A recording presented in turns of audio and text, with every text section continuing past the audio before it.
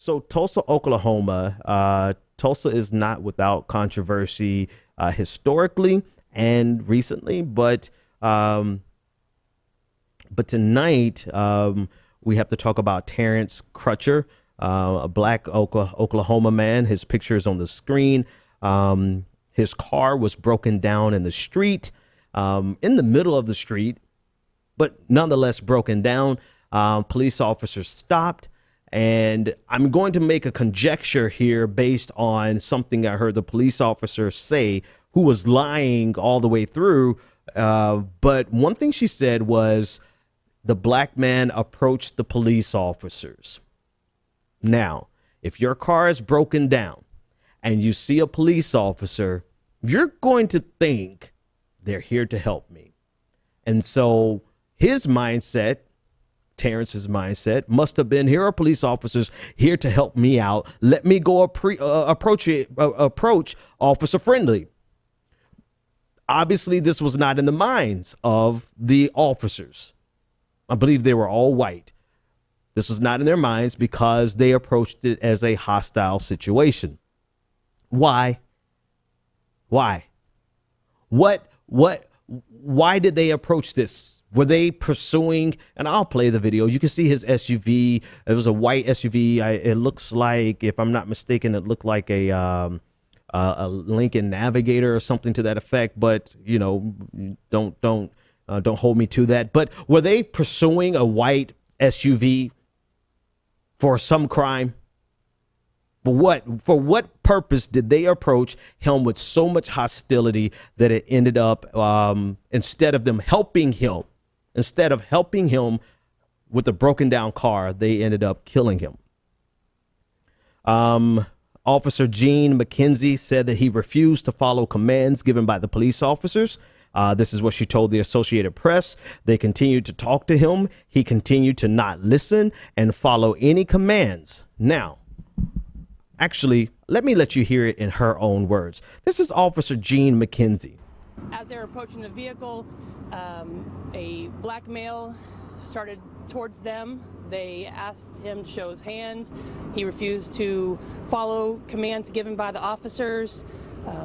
They continued to talk to him. He continued not to listen and follow any commands. As they got closer to the vehicle, he reached inside the vehicle, and at that time there was a taser deployment, and then a short time later there was one shot fired. Okay, that's the official story, right? All right, here's the video. The officers are, and I'll narrate for the radio audience. Officers are pulling up. His hands are up. He's walking to the vehicle. Yeah, that's a Navigator. And his hands are up, and now there are two officers on him, and he is on the vehicle. His hands are on the vehicle. Now two more officers are approaching him. One of the officers pulls a weapon, and first they taser him. He's on the ground, and then they shoot him.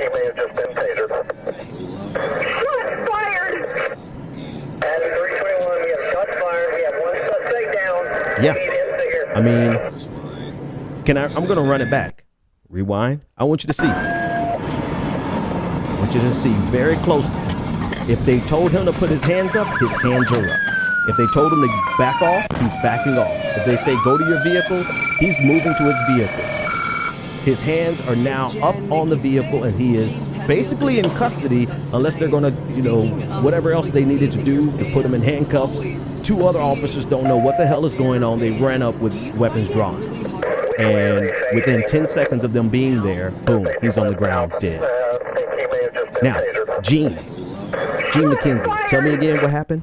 As they were approaching the vehicle, a black male started towards them. They asked him to show his hands. He refused to follow commands given by the officers. They continued to talk to him. He continued not to listen and follow any commands. As they got closer to the vehicle, he reached inside the vehicle, and at that time there was a taser deployment. Yes, that's true. Then a short time later there was one shot fired. There you go. I have to approach this with snark and, sarcasm, or else I will devolve into probably some misogynistic, sexist terms towards her. But I don't even know if she was on that scene. You're right. She might have just been somebody that they threw up there to give their account of the story plausible deniability, so that later on they could say, well, she heard the story wrong. So I'm not going to take it out on her. Just the fact that, there's nothing else to say. I'm going to tell you more about Terence Crutcher. He had just started music appreciation classes at Tulsa Community College. He was a family man, had 4 children. Let me pull a picture of his family up so you can see he was a family man. So right now there are 4 children who are mourning the death of the murder of their father. I'm sorry, 5 kids. I'm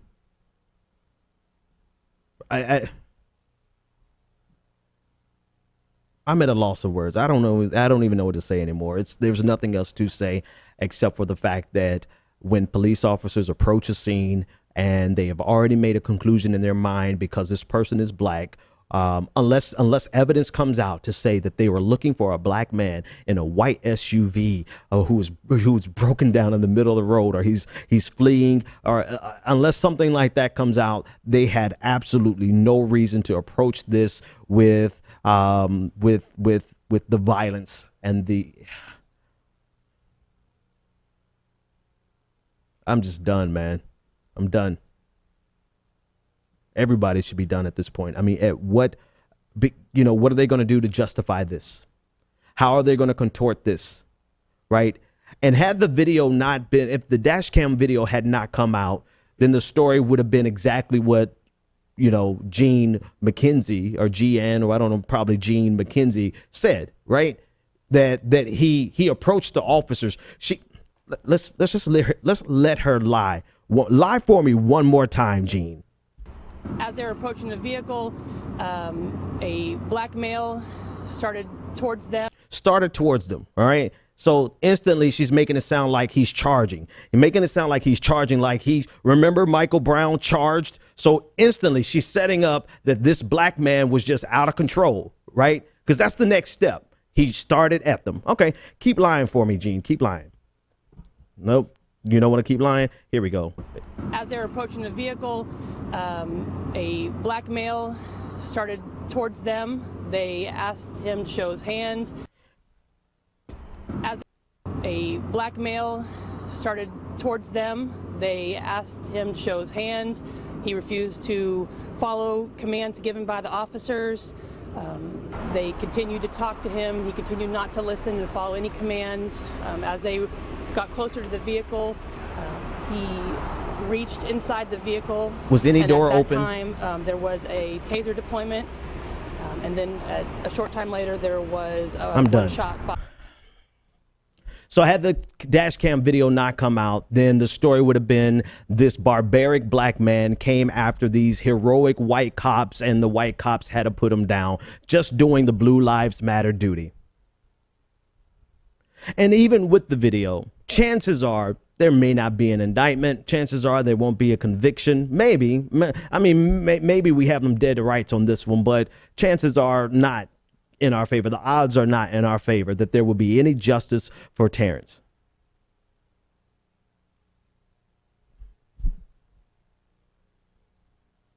And there's nothing that I could say that I haven't already said so many times before, because how many times does this happen? To how many people does this happen? How frequently does this happen? And if you're saying, well, it happens to white people more, then, instead of using those white people as props, then you should be out there protesting on behalf of the white people who this because if this is happening to white people more as a percentage, which it's not, more as a raw number, yeah. If it's happening, then why the hell are you not out there protesting on their behalf? Why? Because you really don't care. All you care about the only thing those lives mean to you, those white lives mean to you, is the value that they have to be used as props against black people to silence black protest. That's it, because you don't honestly think that black people have anything to complain about in America. Never mind that, you think slavery ended 400 years ago when it was just over 150 years. I mean, 2 70-year-old women back to back. There you go. That's slavery, right? Jim Crow in the last century. Redlining, the effects of redlining, the effects of segregation, the median income of African-American families being like just above the poverty line, 28% of African-Americans living in poverty. And on top of that, you have police officers who approach black people with such antipathy and fear, with such apprehension and just rage for no reason whatsoever. A man's car was broken down. On top of all of the historical problems, now we have white officers just shooting a black man, and you think Colin Kaepernick is being rude. You think Colin Kaepernick is being disrespectful.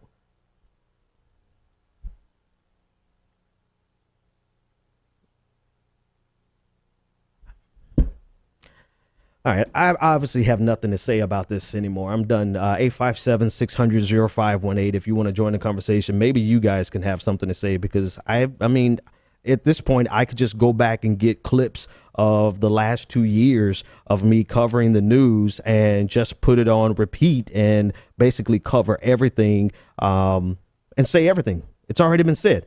I've had to say it too many times. And unless there's some type of real change, I'm going to have to say it again. And that's the problem, is that it's a never ending cycle. Yeah.